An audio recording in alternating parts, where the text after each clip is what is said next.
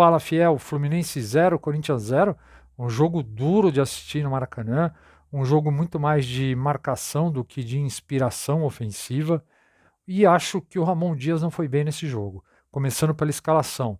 Eu teria começado com o Giovani, em vez de começar com o Pedro Raul, porque eu acho que o Giovani poderia aproveitar melhor os passes e lançamentos do Garro. O Garro, é verdade, não jogou bem. Só que aí ele vai e tira o Garro no segundo tempo, tira um armador e coloca um atacante, ele coloca o Wesley, e aí o Corinthians fica sem ninguém para armar. Então, para mim, era muito claro que isso não ia dar certo, e não deu.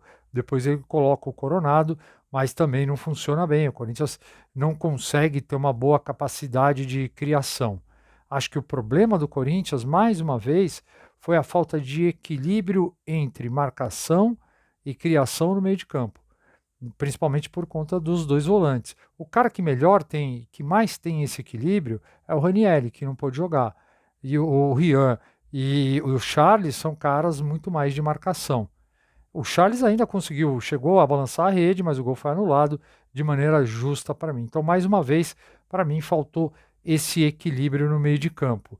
E assim, no geral, é mais um empate para o Corinthians. O Corinthians vai acumulando empates no Campeonato Brasileiro, e isso, para quem está na parte de baixo da tabela, é péssimo. É muito ruim. O empate não te leva a lugar nenhum. Então, assim, passou da hora do Corinthians voltar a ganhar, a situação continua delicada. E assim, pelo jogo de hoje, não dá para ter muita esperança, porque, mais uma vez, repetiu alguns problemas.